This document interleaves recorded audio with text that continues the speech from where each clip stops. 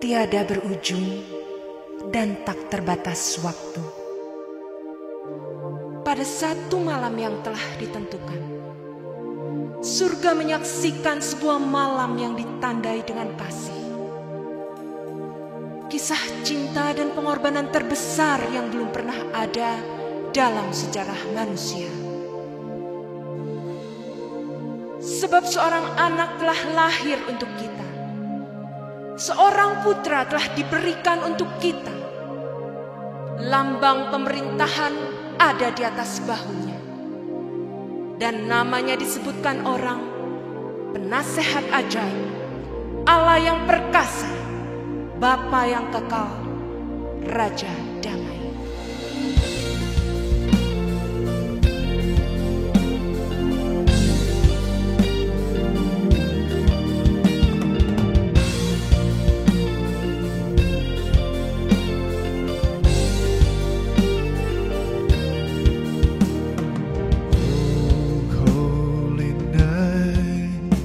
The stars are brightly shining. It is the night of our dear Savior's blood. Long lay the world in sin and error pining, till He appeared and the soul felt its woe. No thrill of hope, the weary soul rejoices, for yonder breaks a new and glorious morn.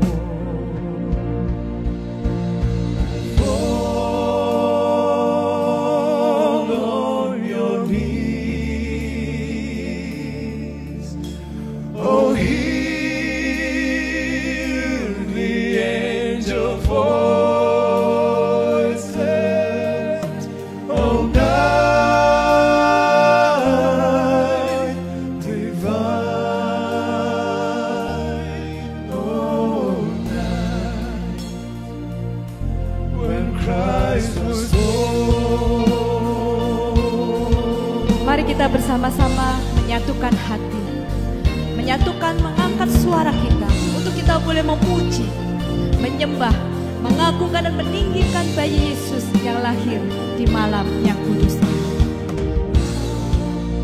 Senang hari cerah dan mulia yang katakan dan bertatap muka.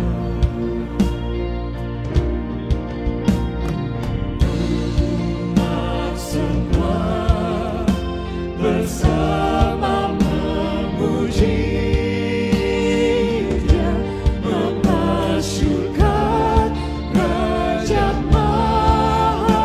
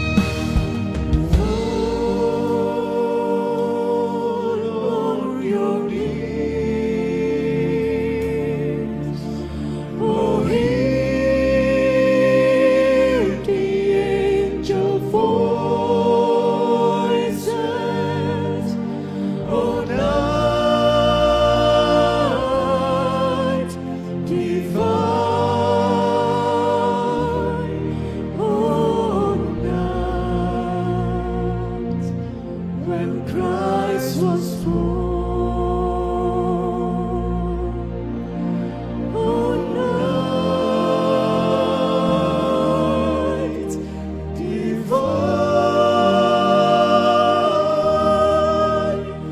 Oh, night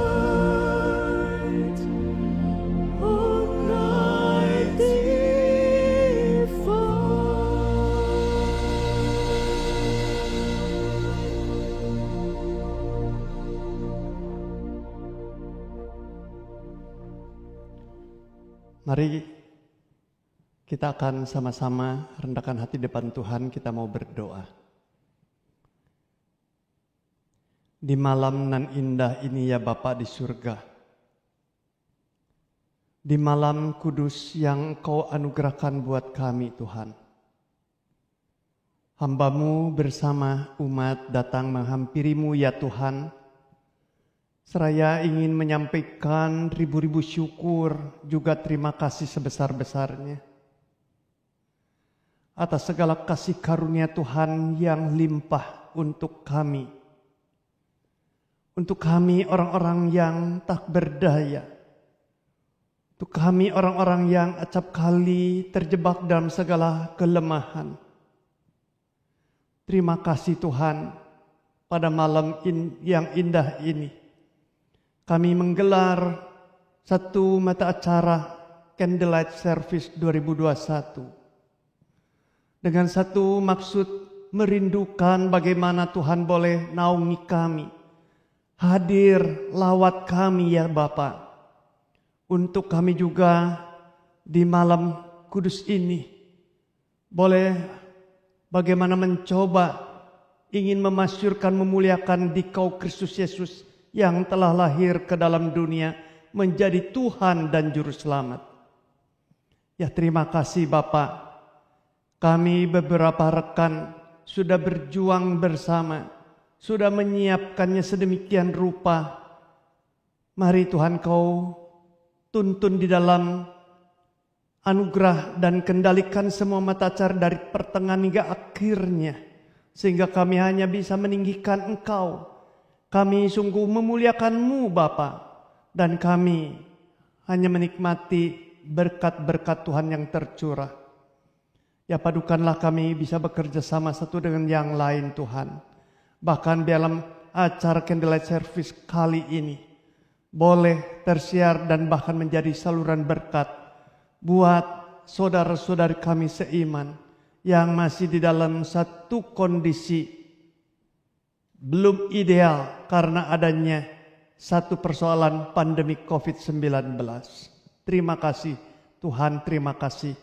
Kau Allah yang maha baik, Kau yang selalu mendengar seru doa permohonan kami. Terima kasih Tuhan, terpujilah nama-Mu. Hanya demi Kristus Yesus, Tuhan Allah yang hidup, Juru Selamat, Raja Damai, kami sudah bersyukur, kami berdoa. Amin.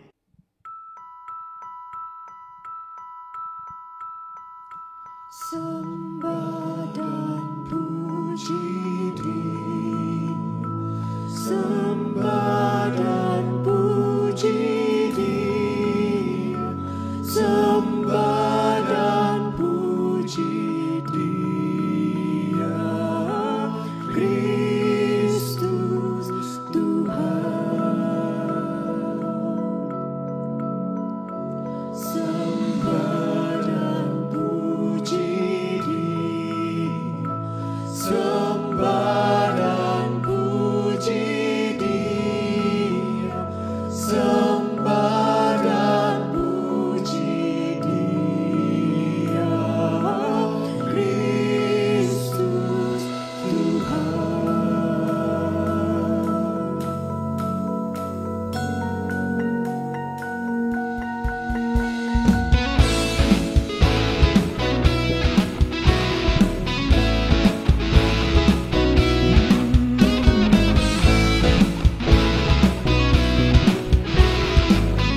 Mari bersama kita katakan, hai mari berimpun.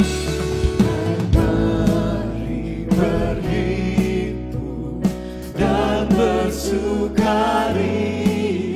hai mari semua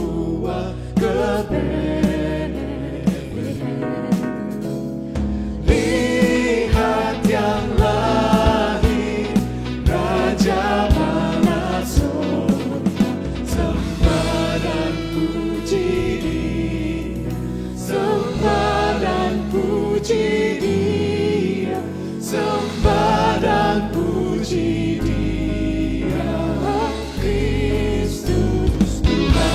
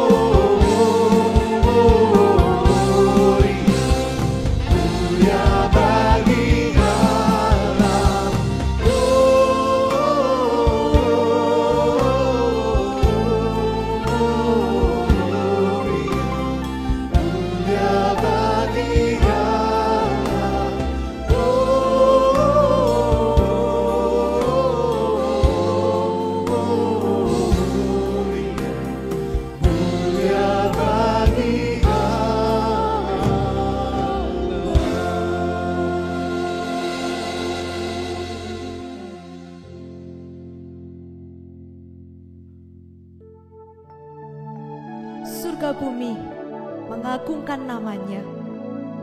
Kesukaan besar bagi seluruh bangsa, karena Juru Selamat dunia lahir untuk kita.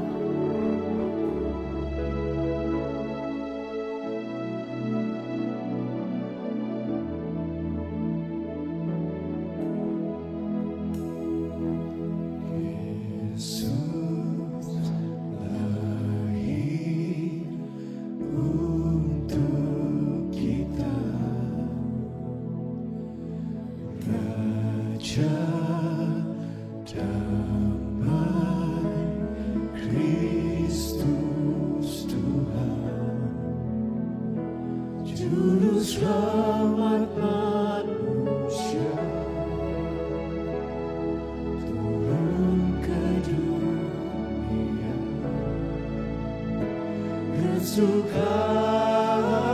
besar bagi kita.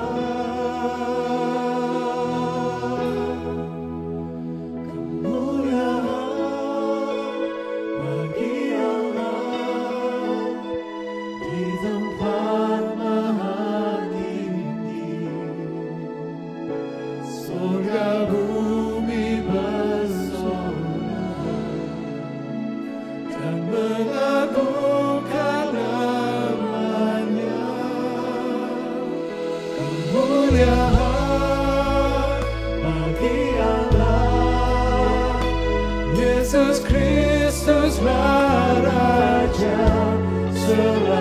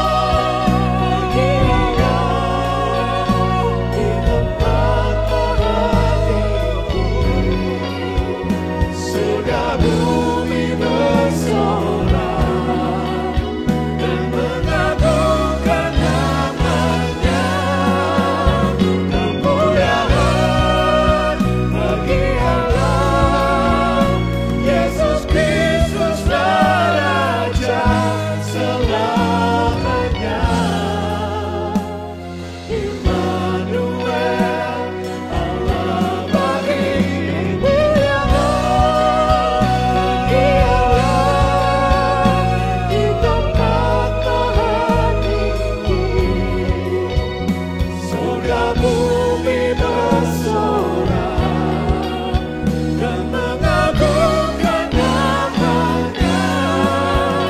Kemuliaan bagi Allah, Yesus Kristuslah Raja selamanya.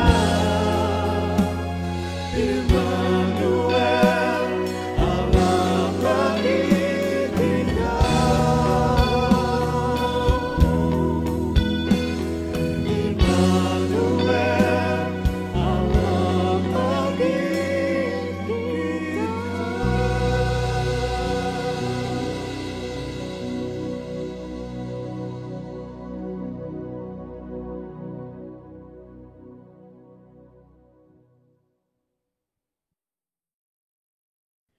Kami bersyukur Tuhan, kalau Engkau mau lahir bagi kami.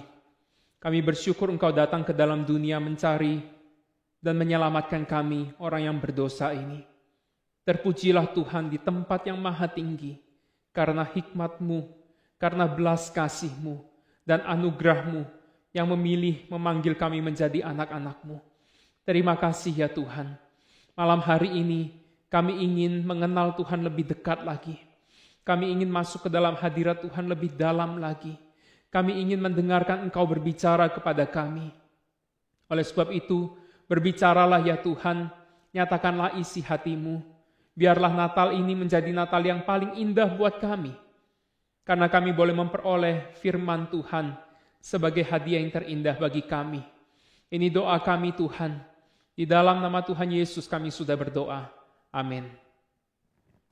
Saudara sekalian, Shalom. Selamat Natal bagi kita semua.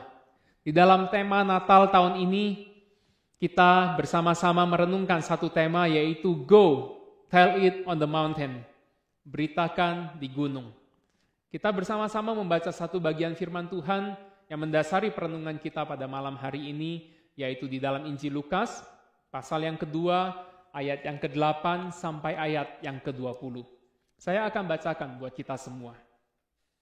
Di daerah itu ada gembala-gembala yang tinggal di padang menjaga kawanan ternak mereka pada waktu malam. Tiba-tiba, berdirilah seorang malaikat Tuhan di dekat mereka dan kemuliaan Tuhan bersinar meliputi mereka dan mereka sangat ketakutan. Lalu kata malaikat itu kepada mereka, "Jangan takut, sebab sesungguhnya aku memberitakan kepadamu kesukaan besar untuk seluruh bangsa.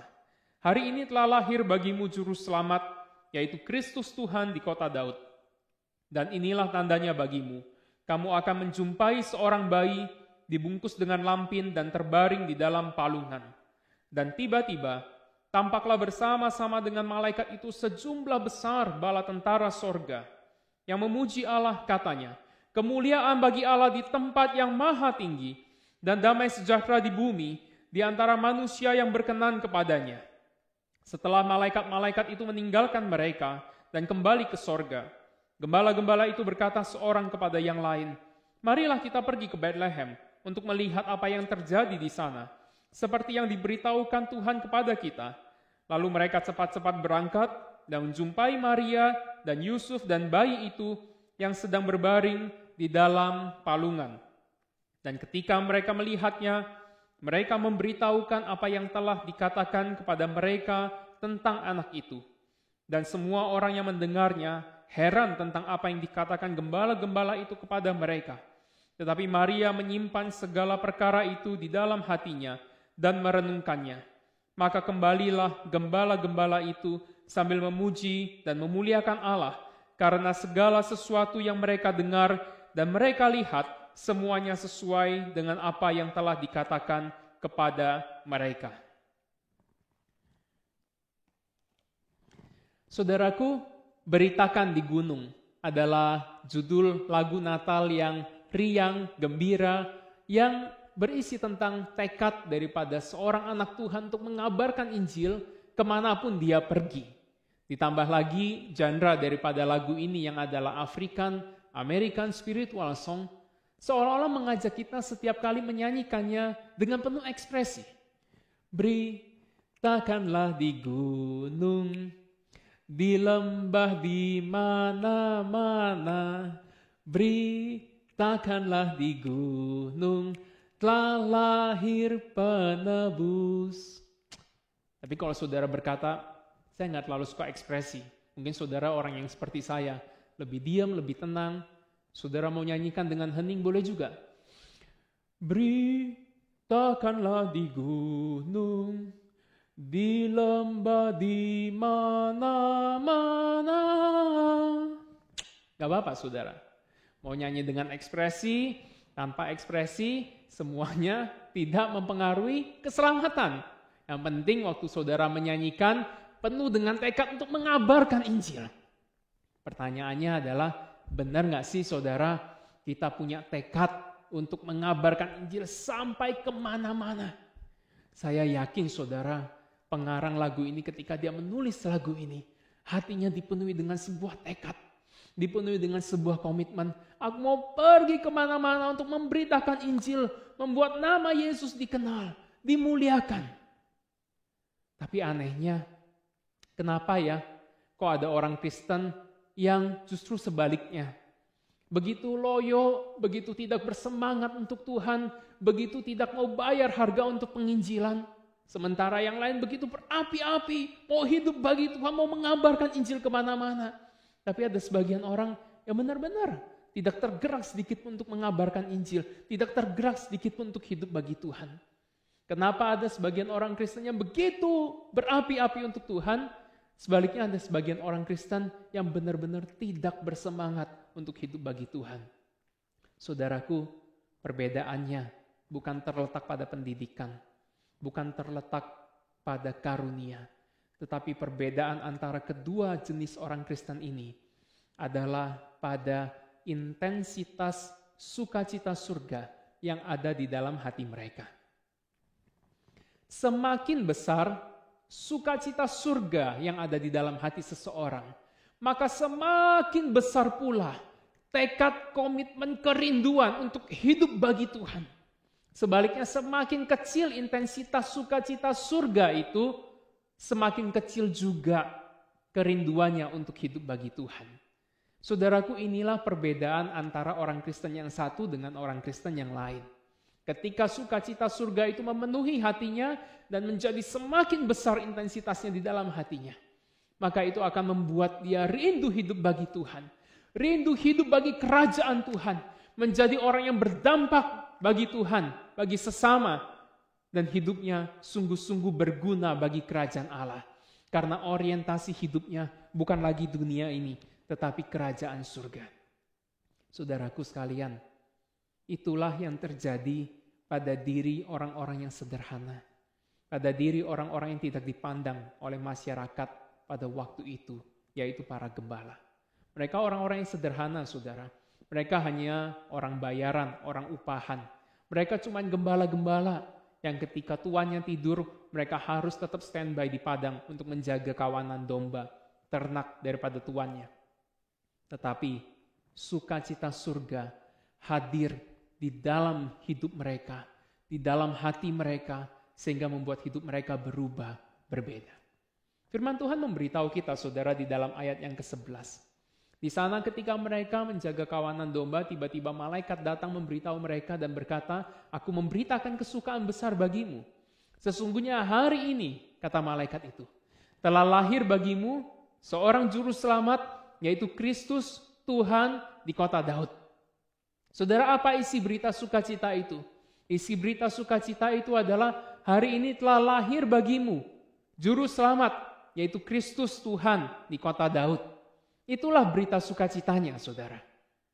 Yesus Kristus datang ke dalam dunia ini sebagai penyelamat untuk mencari dan menyelamatkan manusia yang berdosa. Tetapi bukan cuma itu saja, malaikat bahkan membuat, saudara, berita sukacita ini menjadi personal. Malaikat katakan, hari ini telah lahir bagimu,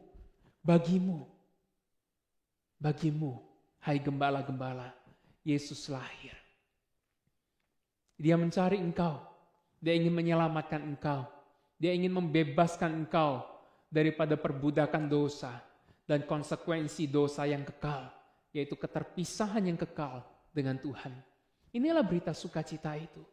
Yesus Kristus Sang Juru Selamat hadir, lahir bagimu di kota Daud. Saudaraku, kota Daud adalah kota Bethlehem.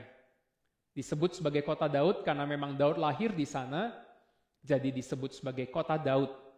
Dan malaikat mengatakan Yesus lahir di kota Daud, di Bethlehem, untuk menunjukkan bahwa kelahiran Yesus ini juga memenuhi nubuatan yang pernah Tuhan berikan kepada Nabi Mika 700 tahun yang lalu kurang lebih. Di sana dikatakan dalam kitab Nabi Mika pasal yang 5 ayat kedua, engkau Bethlehem tidak akan disebut sebagai yang terkecil, karena daripadamu akan lahir seorang raja yang memerintah dunia ini. Saudaraku sekalian, kehadiran Yesus, Sang Juru Selamat itu, menunjukkan Allah tidak meninggalkan umatnya. Allah mengingat umatnya. Dia tidak membiarkan manusia bergumul di dalam dosa dan keputusasaan. Tapi dia lahir, dia hadir, dia cari manusia untuk bawa manusia kembali ke dalam pelukan Allah. Menikmati relasi yang indah dengan Allah. Dan kelak boleh tinggal bersama-sama dengan Allah di dalam surga yang mulia dan kekal itu. Saudara, inilah berita sukacita itu. Inilah berita yang membahagiakan itu. Inilah sukacita surga yang besar itu. Dan tahukah saudara, saking besarnya sukacita ini, malam hari itu, di ayat ke-13 dikatakan, tampaklah sejumlah besar malaikat di surga. Mereka hadir bersama-sama dan mereka melakukan special performance. Mereka bernyanyi, mereka katakan terpujilah Allah di tempat yang maha tinggi. Mulialah Allah dan damai sejahtera bagi manusia yang berkenan di hadapannya. Luar biasa saudara. Saudara buka seluruh Alkitab, gak ada saudara namanya sejumlah besar malaikat di surga tampil dan nyanyi bersama-sama. Itu baru namanya angelic choir. Belum pernah ada. Biasa malaikat hadir menyatakan dirinya itu satu orang. Ketika misalnya Yosua mau memimpin Israel masuk tanah Kanaan, satu orang malaikat menjumpai dia dan memberikan kekuatan kepada dia. Ketika misalnya Tuhan memilih Gideon untuk memimpin Israel, menjadi hakim Israel, di sana satu orang malaikat datang mencari Gideon. Ketika Tuhan mau memberitahukan tentang kelahiran Ishak kepada Abraham dan Sarah, dia utus 2 orang malaikat. Jadi paling 1 orang malaikat atau 2 orang malaikat. Tetapi kali ini, untuk kabar sukacita surga ini, sejumlah besar malaikat surga hadir menyanyi bersama-sama memuliakan Allah. Wow, bisakah saudara bayangkan betapa besar sukacita pada malam hari itu? Dan sukacita surga inilah saudara yang memenuhi hati gembala dan mendorong mereka berkata seorang kepada yang lain, yuk kita pergi yuk. Kita lihat apa yang dikatakan malaikat itu. Lalu pergilah para gembala itu mencari bayi Yesus dan menjumpainya. Dan saudara tahukah Anda, ayat 20 berkata, mereka kemudian kembali dengan sukacita sambil memuji dan memuliakan Allah. Saudara, luar biasa sekali. Sukacita surga yang hadir dalam kehidupan para gembala ini mengubah kehidupan mereka, mengubah pandangan mereka. Mereka tidak lagi menjadi gembala-gembala yang cuma melihat kepada domba, domba, domba. Uang, uang, uang. Tugas, tugas, tugas.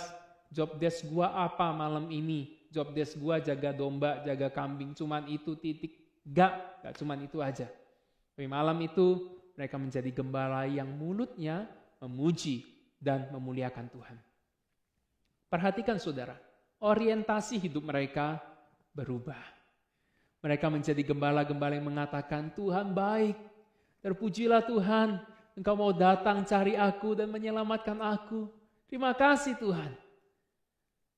Dan saya bayangkan, kalau orang-orang mendengarkan pujian, kesaksian mereka, orang-orang akan berkata, siapa Tuhan itu?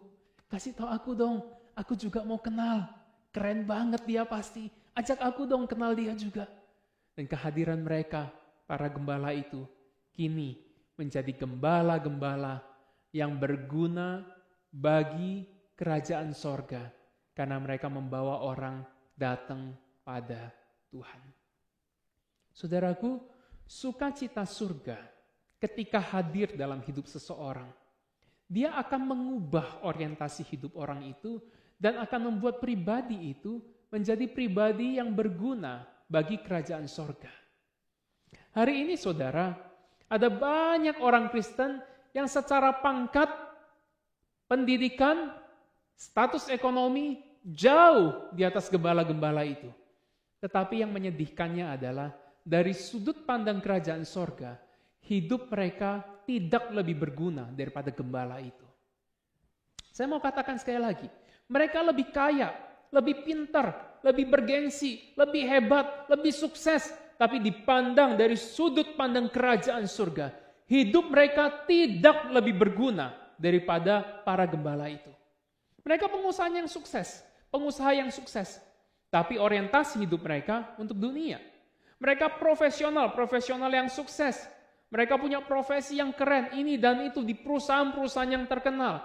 Tapi mereka tidak berguna bagi kerajaan surga, karena orientasi mereka untuk dunia. Mereka mungkin influencer. Mereka menginfluence orang untuk like mereka, followers mereka ratusan ribu jutaan orang. Tapi mereka influence orang untuk follow mereka, bukan follow Kristus. Orang-orang seperti ini, meskipun keren, hebat, sukses, terpandang di dunia, tapi sama sekali tidak berguna bagi kerajaan surga. Mengapa saudara? Karena orientasi hidup mereka bukan untuk Tuhan. Mereka tidak pernah berpikir bagaimana ya aku supaya melalui usahaku ini orang bisa mengenal Tuhan. Bagaimana ya supaya melalui konten-konten yang aku buat di media sosial, di IG, di YouTube, orang bisa mengenal Tuhan, bisa memuji Tuhan. Bagaimana ya mulutku, hidupku ini memuji, memuliakan Tuhan? Enggak. Mereka nggak pernah berpikir begitu. Yang mereka pikirkan bagaimana supaya hidupku makin kaya, makin sukses, makin lancar. Mereka mendidik anak supaya anaknya kelak jadi orang hebat, orang terkenal di dunia ini. Buat apa saudara?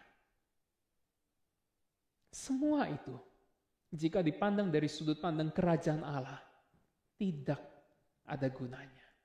Orang-orang seperti ini memang orang-orang Kristen, tapi orang-orang Kristen duniawi tidak berguna dan tidak lebih baik dari gembala yang sederhana itu, yang hidupnya berguna bagi kerajaan Allah, karena mereka memuji, memuliakan Allah, menyaksikan kebesaran Allah, dan memasyurkan nama Tuhan.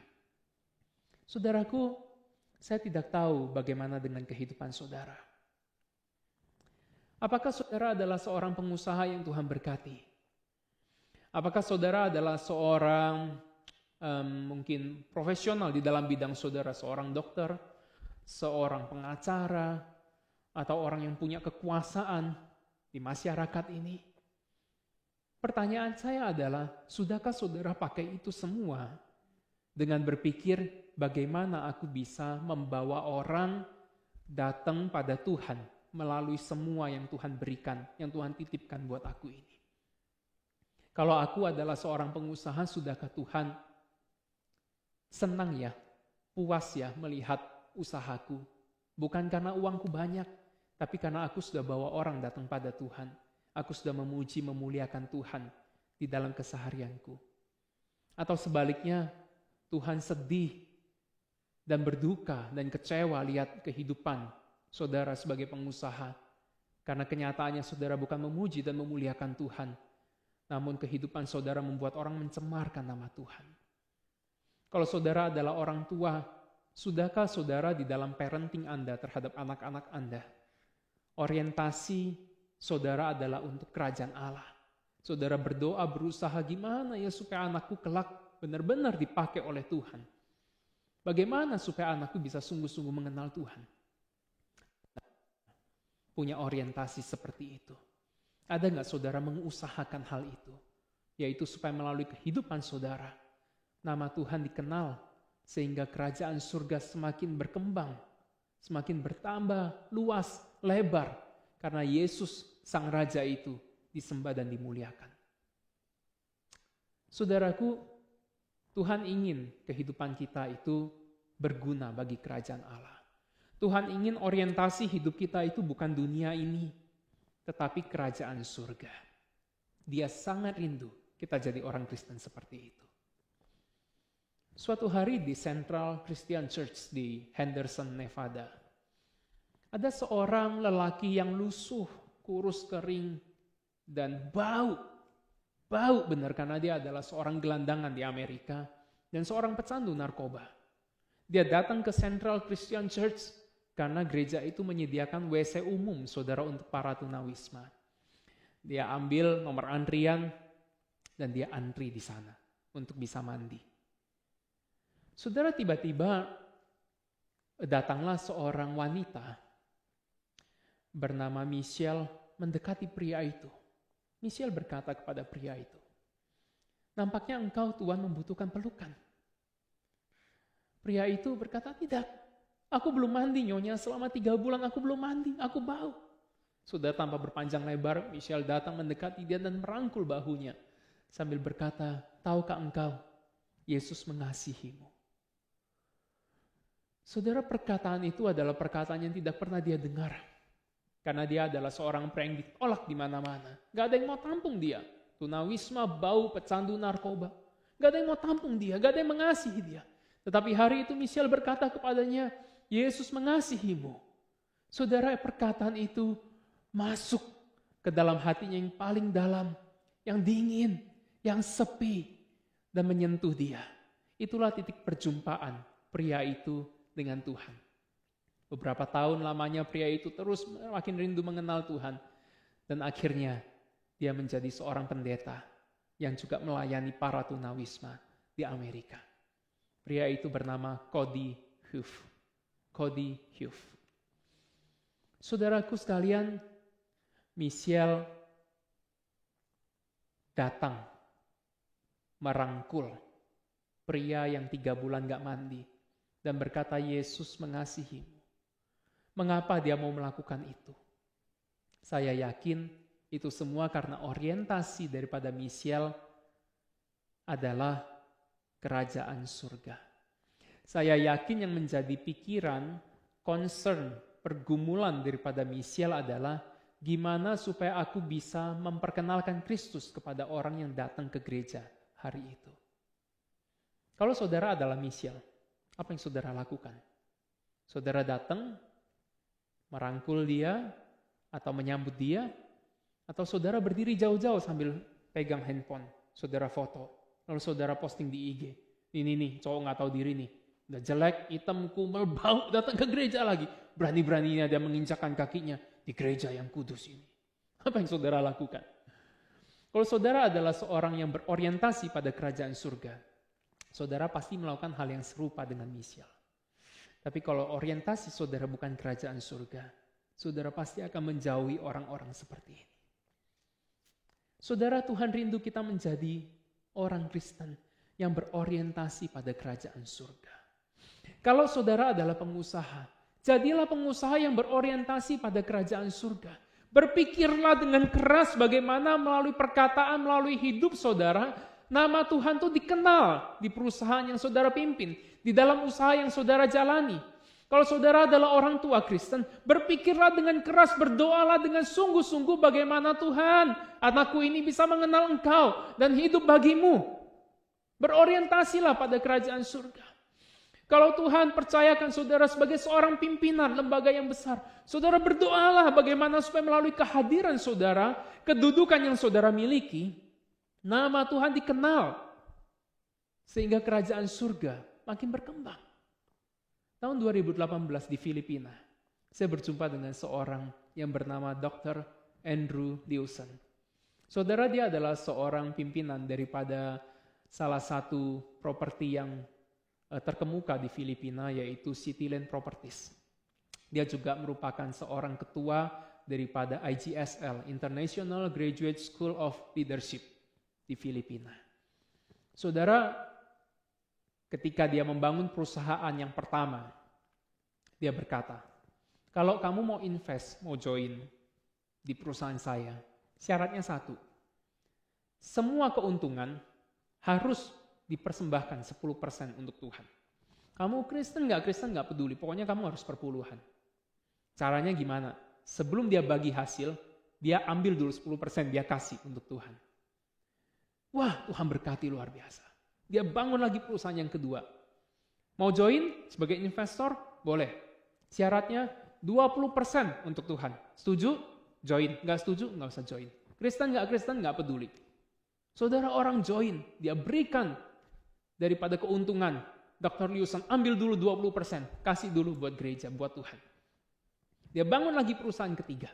Mau join? Boleh. 50% untuk Tuhan. Setuju? Setuju. Deal, baru join. Dari semua keuntungan dia ambil dulu 50%. Dia kasih dulu Tuhan. Sisanya baru dia bagi hasil. Dan di dalam gedung-gedung besar, apartemen yang dia bangun daripada Cityland Properties, di atas gedung itu dia tulis, "In God we trust." In God we trust. Dia dikenal sebagai orang yang sungguh-sungguh takut Tuhan, cinta Tuhan. Ketika suatu hari dia sakit, dia harus transplantasi ginjal. Saudara, dia tidak perlu minta, karena orang antri untuk memberikan ginjalnya kepada godly man seperti ini. Saudara, luar biasa sekali. Dia tidak akan bisa seperti itu kalau orientasinya bukan kerajaan surga. Kalau pengusaha orientasinya kerajaan dunia, kerajaan pribadi, yang dia pikirkan adalah bagaimana aku dapat untung lebih banyak, supaya hidupku lebih aman. Saudara, jangan jadi orang Kristen seperti itu. Jangan jadi pengusaha Kristen seperti itu. Jangan jadi profesional Kristen seperti itu. Karena orang seperti itu tidak berguna bagi kerajaan surga. Hidup orang Kristen seperti ini singkat, sementara, dan akan berakhir di dalam segala rasa malu di hadapan Tuhan kelak. Karena dia tidak bisa mempertanggungjawabkan hidupnya. Saya yakin kalau Lukas melanjutkan catatannya tentang para gembala, Lukas akan mencatat para gembala itu kembali ke padang sambil berkata, Tuhan Yesus baik, sungguh amat baik, untuk selama-lamanya Tuhan Yesus baik, ye. Sampai kambing domba pun tidak tahan melihat si gembala. Ada apa ya si bos gue? Biasa yang dia pikir mau potong yang mana. Sekarang dia berkata Tuhan Yesus baik. Sampai-sampai si domba juga ingin bernyanyi memuji Tuhan. Luar biasa saudara. Para gembala itu menjadi gembala-gembala yang berguna bagi kerajaan sorga. Karena orientasi mereka memang untuk kerajaan sorga. Pertanyaannya sekarang, bagaimana ya supaya hidup kita ini orientasinya pada kerajaan sorga? Supaya hidup kita ini orientasinya untuk memuliakan Tuhan, memperkenalkan Kristus pada orang lain. Jawabnya cuma satu, yaitu kita harus terlebih dahulu mengalami sukacita surga itu. Yang artinya kita harus menyambut Yesus Sang Raja itu di dalam hati kita. Kita harus percaya sungguh-sungguh kepadanya. Itu berarti kita harus setuju dengan semua yang Yesus lakukan. Dengan karya-karyanya, terutama karya keselamatannya. Kita juga harus percaya kepada setiap perkataan-perkataan Yesus. Meyakininya sungguh-sungguh dari dalam hati kita. Dan segenap hidup kita berusaha mentaati perkataannya, mengikuti perintahnya. Itu baru namanya percaya sungguh-sungguh. Dan ketika saudara percaya sungguh-sungguh kepada Yesus, sukacita surga itu hadir dalam hidup saudara. Karena saudara berpindah ke warganegaraan dari neraka ke surga. Dosa-dosa saudara diampuni. Saudara terlepas daripada segala konsekuensi kekal daripada dosa. Saudara tidak lagi akan terpisah dengan Tuhan kalau saudara sungguh-sungguh percaya pada Yesus. Saudara tidak lagi hidup di dalam tipu muslihat iblis yang menyesatkan dan menghancurkan hidup saudara. Melainkan saudara hidup dalam terang kebenaran Tuhan. Dan hidup saudara menjadi berarti. Karena saudara hidup di dalam tujuan awal di mana Tuhan merancang saudara. Itu sebabnya kenapa orang yang percaya Yesus bersukacita. Dan bukan cuma saudara yang bersuka cita. Firman Tuhan memberitahu kita dalam Lukas 15 ayat 10. Ketika orang berdosa bertobat, ada sukacita besar di surga, di antara malaikat-malaikat. Mengapa saudara? Karena saat itu kuasa kebangkitan Yesus sekali lagi dinyatakan. Nama Yesus disembah, dijunjung tinggi. Dan saudara kembali ke dalam pelukan Allah. Bukan cuma saudara bersuka cita, seluruh malaikat di surga bersuka cita melihat pertobatan saudara. Ketika sukacita surga itu hadir dalam hidup saudara, maka orientasi hidup saudara akan berubah. Pertanyaannya, apakah ada sukacita itu di dalam hati saudara? Saudaraku, bulan lalu saya berjumpa dengan seorang ibu. Itu bukan kunjungan pertama saya ke rumah ibu itu. Itu adalah kunjungan yang kesekian kalinya. Namun, kunjungan hari itu sangat spesial, saudara. Dia adalah seorang ibu tua yang kurang lebih berusia 80 tahun. Pendengarannya sangat-sangat terbatas, sehingga kerap kali saya harus berbicara dengan sekuat tenaga berteriak, atau sambil menuliskan apa yang ingin saya katakan kepadanya. Hari itu, saya bertanya kepada dia, maukah ibu percaya Yesus? Kalau ibu mau, ibu baca doa ini. Lalu dia mengambil kertas doa itu, dan dia baca dengan jelas, dengan lantang. Dia berkata, Tuhan Yesus, hari ini aku membuka hatiku, menerima Engkau sebagai Tuhan, sebagai Juru Selamatku. Masuklah di dalam hatiku, menjadi Tuhan, dan menjadi pemandu hidupku. Aku juga mohon Engkau mengampuni dosa-dosaku, membasuh hatiku bersih daripada dosa-dosaku. Dan biarlah aku menjadi anak-Mu, Tuhan. Dalam nama Yesus, aku berdoa. Amin. Tahu gak saudara, hari itu keluarganya memberitahu saya bahwa ada yang aneh dengan si mama. Saya bilang anehnya kenapa? Wah, hari itu si mama senang banget. Biasanya gak pernah seperti itu. Tapi hari itu seperti ada sesuatu sukacita meluap keluar dari hatinya. Ada kegembiraan yang gak bisa ditahan-tahan. Hari itu moodnya bagus banget, dia bersukacita sekali. Saudaraku, saya tahu itu terjadi karena Yesus hadir dalam hatinya. Yesus lahir dalam hatinya, sehingga ada sukacita surga di dalam hatinya. Saudaraku sekalian, kisah ini bukan cuma menjadi kisah daripada ibu ini, tetapi Tuhan sangat rindu ini menjadi sebuah pengalaman daripada setiap saudara pada hari ini. Oleh sebab itu, saudara, jika engkau belum sungguh-sungguh mengenal Tuhan, kau belum percaya Yesus, kau belum tahu siapa Dia, malam hari ini jangan tunggu-tunggu lagi. Yuk cepat ambil komitmen untuk percaya Yesus. Jangan biarkan Natal demi Natal berlalu begitu saja tanpa saudara pernah mengenal siapa Yesus sesungguhnya.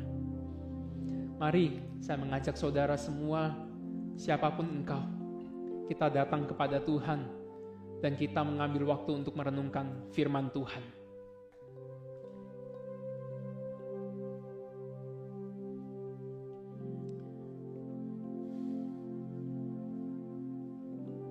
Saudara sekalian, Tuhan Yesus sungguh rindu untuk lahir di dalam hatimu pada saat ini. Dia sungguh rindu untuk hadir di dalam hidupmu. Dia rindu untuk menghadirkan sukacita surga yang luar biasa besar itu. Dia rindu agar hidupmu boleh berguna bagi kerajaan surga. Dia rindu agar hidupmu tidak menjadi hidup yang tidak berguna, yang hampa, yang sia-sia. Tetapi Dia rindu agar engkau boleh menjadi pribadi yang sungguh-sungguh berguna bagi kerajaan surga. Karena memang untuk itulah engkau diciptakan. Oleh sebab itu, mari datang kepada Tuhan, renungkan firman Tuhan. Dan jika Tuhan berbicara kepadamu, mendorongmu, Saudara jangan sungkan-sungkan dan jangan tahan-tahan untuk ambil tekad pada saat ini. Mari kita datang kepada Tuhan.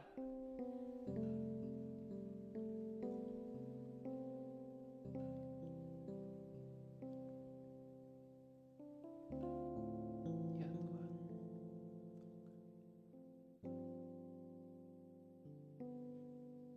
Ku mau cinta Yesus selamanya. Ku mau cinta Yesus selamanya. Meskipun badai silih berganti dalam hidupku, ku tetap cinta Yesus selamanya. Ya Aba, Bapa, ini aku anakmu, layakkanlah seluruh hidupku. Ya Aba, Bapa, ini aku anakmu, pakailah sesuai dengan rencanamu. Ya Tuhan. Saudara sekalian, izinkan saya bertanya. Apakah saudara sudah mengenal Yesus dan sudah percaya kepada Tuhan Yesus? Mungkin saudara berkata, aku pernah dengar dia. Aku tahu tentang dia. Ya, saudara mungkin pernah dengar dan tahu sedikit banyak. Tapi yang saya tanya adalah, saudara percaya nggak kepada Yesus? Saudara sungguh-sungguh mengakui Yesus sebagai Tuhan dan Juru Selamat atas hidupmu atau tidak? Kalau saudara katakan saya belum pernah, malam hari ini saya mengajak, ayo saudara percaya kepada Yesus. Akui dia sebagai Tuhan dan Juru Selamat di dalam hidupmu. Jangan tunda-tunda lagi, jangan tunggu-tunggu lagi, karena inilah saat yang tepat. Dan kalau engkau tergerak di dalam hatimu, engkau merasakan ada sesuatu yang menggerakkan engkau, saya katakan itu Roh Kudus sedang berbicara kepadamu. Jangan tahan-tahan itu. Mari saat ini saudara ambil tekad, komitmen untuk percaya kepada Yesus. Undang dia masuk ke dalam hatimu, mengampuni segala dosamu, dan menjadi Tuhan Juru Selamat atas hidupmu. Kalau saudara mau bertekad saat ini, mari buka kedua tangan saudara. Sebagai tanda, saudara membuka hati untuk mengundang dia masuk dalam hatimu. Dan saya akan mendoakan saudara sekalian. Bapa di dalam surga, saat ini jika ada orang yang membuka tangannya, Tuhan jamah dia. Dia membuka tangan untuk menyambut engkau masuk dalam hatinya. Tuhan, masuklah saat ini juga. Ampuni dosa-dosanya. Kasihani dia Tuhan, pulihkan hidupnya. Jadilah Tuhan dan Juru Selamat atas hidupnya. Biar dia mengenal engkau dan hidup di dalam jalan kebenaran seturut dengan firman-Mu. Jadilah Tuhan, jadilah Juru Selamatnya. Biarlah dia boleh mengenal engkau dan beroleh sebuah persekutuan yang indah dengan Tuhan. Terima kasih Tuhan, karena engkau mengasihi dia dan mau menjadi Juru Selamat atas hidupnya. Terima kasih Tuhan. Saudara, jika malam hari ini saudara juga berkata, aku mau hidup bagi Tuhan, selama ini orientasi hidupku hanya untuk dunia ini. Tapi malam hari ini firman Tuhan menyadarkanku untuk hidup dengan orientasi pada kerajaan surga. Aku gak cukup cuma terima Tuhan, percaya Tuhan. Tapi aku mau hidup dengan orientasi pada kerajaan surga. Aku mau jadi pengusaha-pengusaha Kristen yang orientasinya adalah kerajaan surga. Aku mau sungguh-sungguh berusaha supaya melalui kehidupanku, perkataanku, orang-orang boleh mengenal Yesus Sang Raja itu dan percaya kepadanya. Aku mau menjadi orang tua Kristen yang orientasinya adalah kerajaan surga. Aku mau mendidik anakku supaya bisa dipakai untuk kemuliaan Tuhan. Itu kerinduanku. Maka inilah saatnya. Ambil tekad itu. Taruh tangan saudara di dada. Jangan tunggu lagi. Jangan tunda lagi. Inilah saat engkau mau dipakai oleh Tuhan. Aku mendoakan engkau. Taruh tanganmu di dada. Tuhan, hamba-Mu juga berdoa. Jika ada orang yang berkata, aku mau hidup bagi kerajaan surga. Aku mau mengubah orientasiku dari dunia ini kepada kerajaan surga. Tuhan, dengarkanlah doa mereka. pakai mereka. Jika mereka adalah pengusaha, pakai usaha mereka, pakai jabatan mereka, pakai wewenang yang Tuhan titipkan bagi mereka untuk membawa orang datang kepada Tuhan.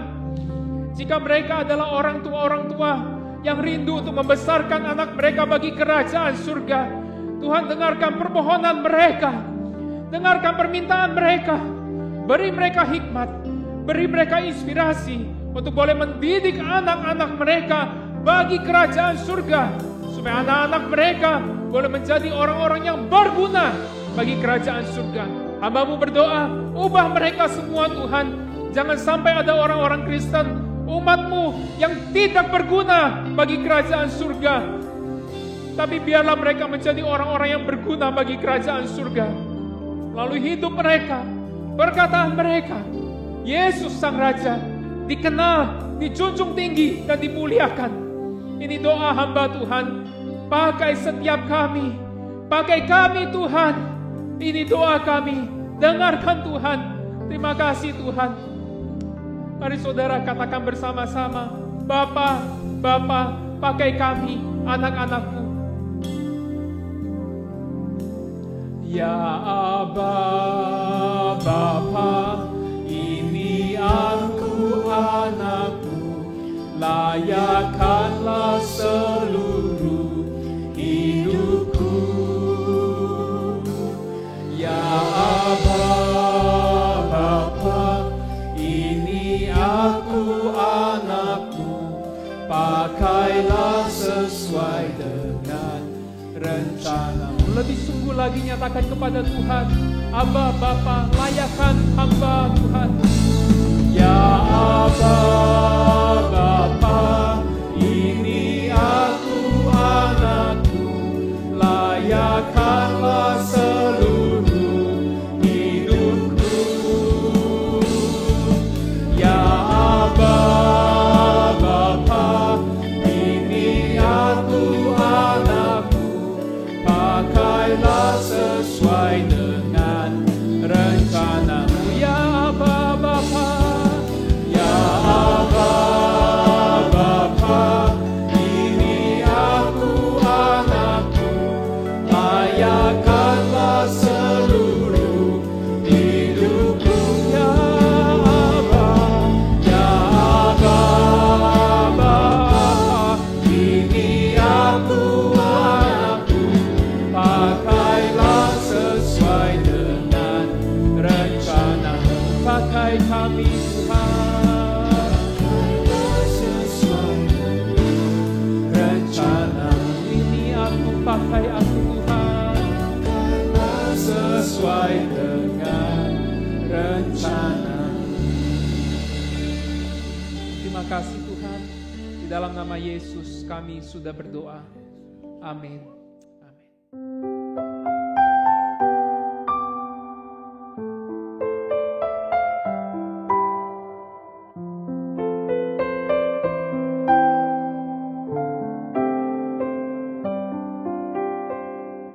Who would send a baby to heal a lonely pain? Who would send a baby, a tiny child, when the world is waiting for the promised one? Who would send His only Son?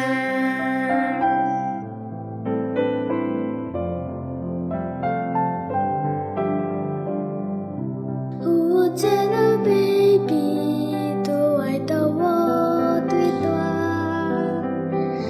Who would send a baby, a tiny child, when the world is hoping for the promised one?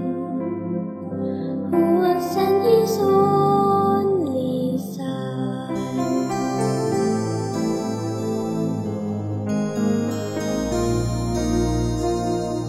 Who chose a manger to cradle a king?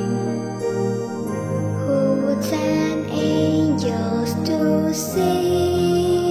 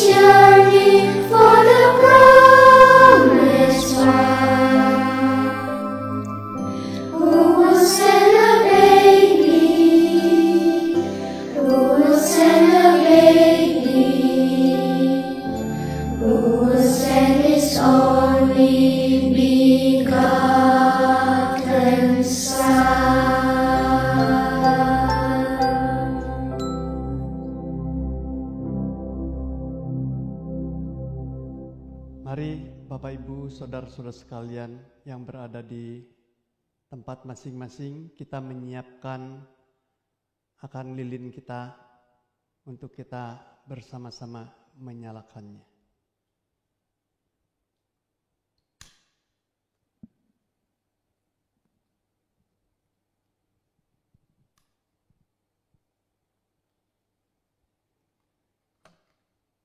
Kita bersama-sama mau melantunkan sebuah pujian, yaitu Malam Kudus.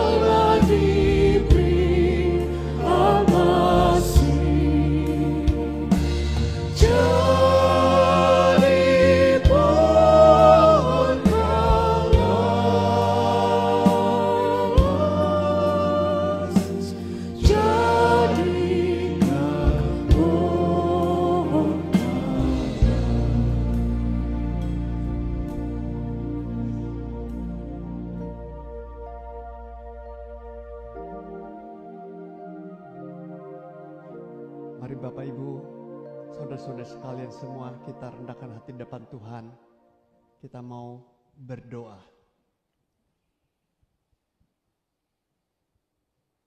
Terima kasih Bapa Surgawi.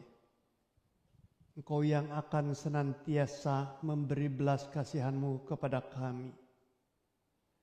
yakni orang-orang yang senantiasa mengalami himpitan, problema dan masalah di dalam dunia ini.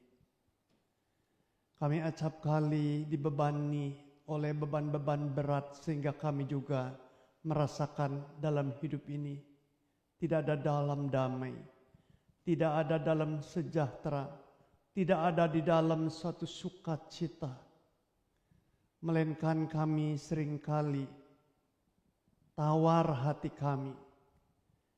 Seringkali kami juga tidak mengerti perkara hal apa yang harus kami kerjakan dan berbuat. Mari di malam yang indah dan penuh makna ini Tuhan, Kau sekali lagi tunjukkan belas kasihan-Mu, bimbing dan tuntun kami semua ya Tuhan, untuk kami mendapatkan berkat-berkat-Mu, sehingga kami juga ada suatu pertumbuhan dan kebangunan di dalam rohani kami ya Tuhan. Karena kami tahu dan mengerti kebangunan rohani untuk hidup kami adalah suatu yang amat sangat penting, yang amat sangat istimewa sifatnya untuk kami miliki. Kalau tidak demikian Bapa, kami juga akan diombang-ambing oleh zaman ini. Kami akan dibawa kepada arus zaman yang sudah bergejolak dan bengkok Bapa. Sehingga kami juga akan mengalami hari-hari yang sungguh amat sangat menekan, amat sangat menyengsarakan. Ya berikanlah pada kami juga ya Bapa, ada suatu kerinduan di dalam lubuk hati kami, untuk kami juga ingin memiliki satu persekutuan yang indah, persekutuan yang intim bersama Tuhan. Yakni kami mau bergemar dan menyukai akan firman-Mu, sehingga kami juga ingin merenungkan firman-Mu siang ataupun malam. Biarlah kami juga dimampukan oleh Tuhan memiliki suatu minat untuk terus mengadakan suatu persekutuan dengan Tuhan di dalam doa-doa kami Bapa, sehingga kami juga kelak boleh menjadi anak-anak Tuhan, orang-orang percaya yang diperbaharui di dalam satu hari lepas satu hari akan kerohanian kami. Ya terima kasih Bapa di surga, segala kebaikan dan kemurahan-Mu yang sudah mendengar segala seru doa permohonan ini. Ya dalam kesempatan ini pula Bapa, kami menyadari kami sebagai bagian daripada bangsa yang kami cintai, bangsa kami yang kami kasih, yakni bangsa Indonesia. Kami sungguh rindu Bapa dalam kesempatan yang malam yang kudus dan malam yang penuh makna ini. Hamba-Mu mau mendoakan untuk negara dan tanah air tercinta Indonesia. Mari Tuhan Engkau juga berikan kepada pemerintah Republik kami tercinta Indonesia, satu pemerintah yang sungguh dipimpin, dikontrol dan dikendalikan oleh Tuhan. Terima kasih oleh pertolongan Tuhan semata, Bapak Presiden Joko Widodo dimampukan untuk menuntun memimpin negeri ini dengan seabrek-abrek problema dan masalah. Namun Tuhan senantiasa berikan kepada Bapak Presiden, juga rekan-rekan menteri kabinet, para gubernur, wali kota, para bupati di mana-mana, semua boleh bergandengan tangan, merapatkan barisan untuk tetap mempertahankan negeri ini dengan berbagai persoalan dan macam-macam tantangan. Khususnya di dalam 2 tahun belakangan ini, ada gangguan pandemi COVID-19 yang tidak mudah untuk dihadapi dan ditangani. Namun segala kasih karunia Tuhan, anugerah besar Tuhan telah memakai pemerintah, telah memakai aparat, telah memakai begitu banyak profesional untuk mereka juga memeras pikiran, tenaga, waktu, kepintaran mereka, sehingga kami juga merasakan di dalam 2 tahun ini pandemi COVID ini sudah melandai. Dan kami sungguh berterima kasih, ini semua adalah kerja Tuhan, karya Tuhan yang telah menolong akan bangsa kami. Dan kesempatan ini pula kami tetap berdoa untuk keamanan, untuk suasana politik menjelang 2024. Ada suatu suasana politik yang bertumbuh berkembang dan meruncing panas. Tuhan, Engkau yang paling tahu. Kasihanilah Tuhan supaya negeri ini tidak dikacaukan, tidak diporak-porandakan oleh orang-orang yang punya kepentingan pribadi, kepentingan kelompok, kepentingan golongan mereka. Melainkan biarlah negeri ini dipimpin oleh kuasa Tuhan. Adanya tangan-tangan politikus-politikus yang jujur, yang bersih, yang takut kepada Tuhan untuk tetap menuntun memimpin negeri ini menuju suatu negeri yang sungguh-sungguh sejahtera, di mana penduduknya bisa memperoleh suatu damai, ketenangan, keamanan Tuhan. Terima kasih. Kami serahkan juga segala keberadaan ekonomi di Indonesia yang belum pulih dan belum menunjukkan perbaikan berkenaan pasca pandemik ini. Tidak sedikit usahawan-usahawan, para pengusaha-pengusaha mengalami suatu kerugian, mengalami keterhambatan di dalam mengembangkan dunia usaha mereka. Kasihanilah ya Bapa, supaya ekonomi di Indonesia ini di tahun mendatang akan mengalami suatu pemulihan, sehingga rakyat pun dari kota besar, kota kecil sampai pelosok mengalami suatu kehidupan sejahtera, berkat-berkat Tuhan tercurah. Ya, akhirnya kami serahkan sekali lagi Tuhan hari depan hidup kami, orang-orang percaya ke dalam tangan-Mu. Biarlah kami sungguh ditempa, disiapkan, dibentuk, dibekali oleh Tuhan dengan kuat kuasa roh Tuhan, sehingga kami juga boleh tampil menjadi anak-anak Tuhan, pribadi-pribadi orang percaya yang sungguh-sungguh melakukan segala sesuatu aktivitas kehidupan sebagai anak-anak terang yang bersaksi dimanapun Tuhan tempatkan kami. Terima kasih Bapa, terpujilah nama Tuhan. Doa, permohonan, dan syafaat ini hanya dialaskan di dalam nama Kristus Yesus, Tuhan Juru Selamat Penebus, Raja Damai, yang sudah menyelamatkan kami. Kami sudah bersyukur, kami berdoa. Amin. Sebagai orang yang sudah menerima dan percaya kepada Tuhan Yesus Kristus sebagai Tuhan dan Juru Selamat kita, mari kita bawa, kita beritakan, dan kita kabarkan Injil keselamatan pada mereka yang belum percaya kepadanya.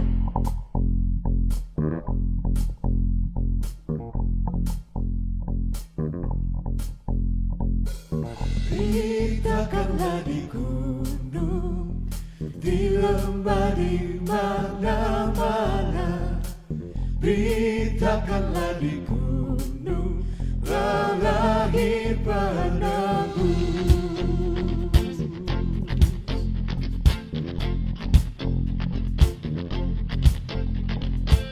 Beritakanlah di gunung, di lembah, di mana-mana. Beritakanlah di gunung, Kau lahir penebus.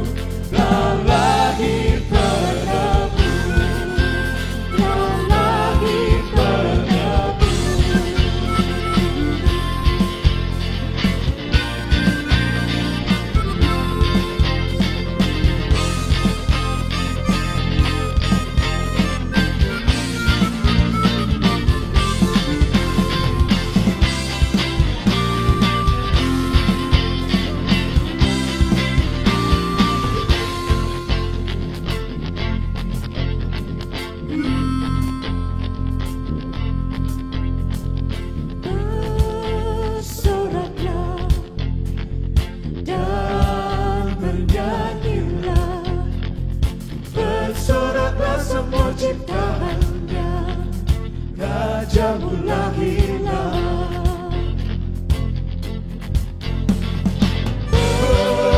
Bersoraklah dan bernyanyilah, bersoraklah semua ciptaannya.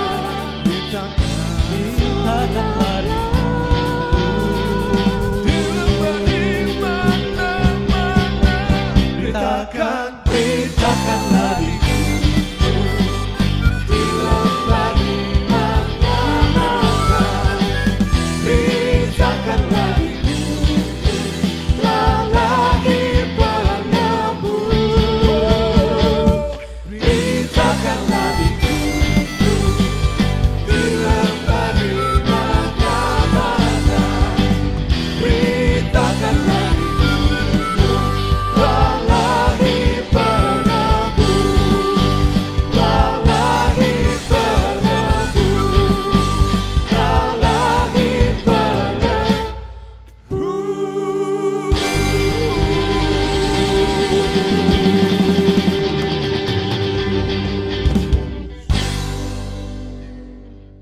Pada akhirnya, marilah kita senantiasa mengingat kasih, karunia, dan kehangatan Natal.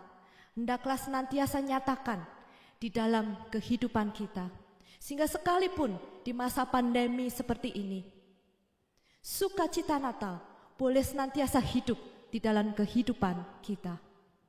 Kiranya damai sejahtera Natal boleh senantiasa terus berkobar di dalam kehidupan kita sebagai anak-anak Tuhan. Shalom, sampai berjumpa di dalam ibadah selanjutnya. Tuhan Yesus memberkati.